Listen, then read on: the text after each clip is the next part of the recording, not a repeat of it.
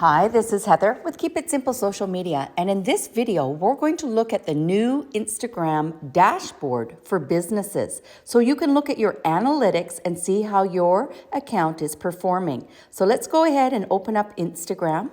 When you're on your Instagram account, usually you're on down in the lower left-hand side, that's the house. This is where all the other posts from people and pages that you follow stream through.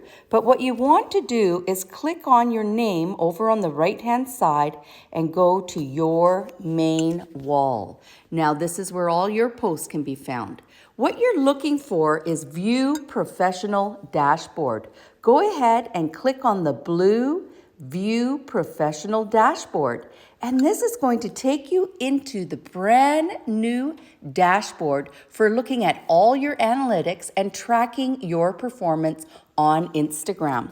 You'll notice if you scroll down, you will see you have promotions, branded content, set up your Instagram shopping, set up saved replies, and then you have stay informed.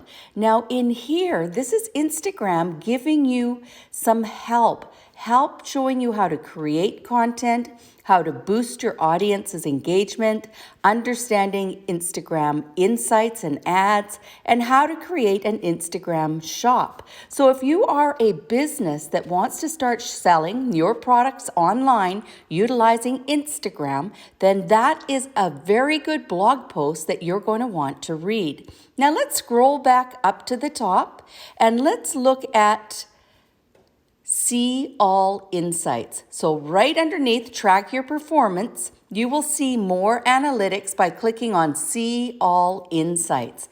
Now it is in here that you can look at the last 30 days or you can look at the last 7 days by just simply clicking on the little half drop down arrow at the top on the left.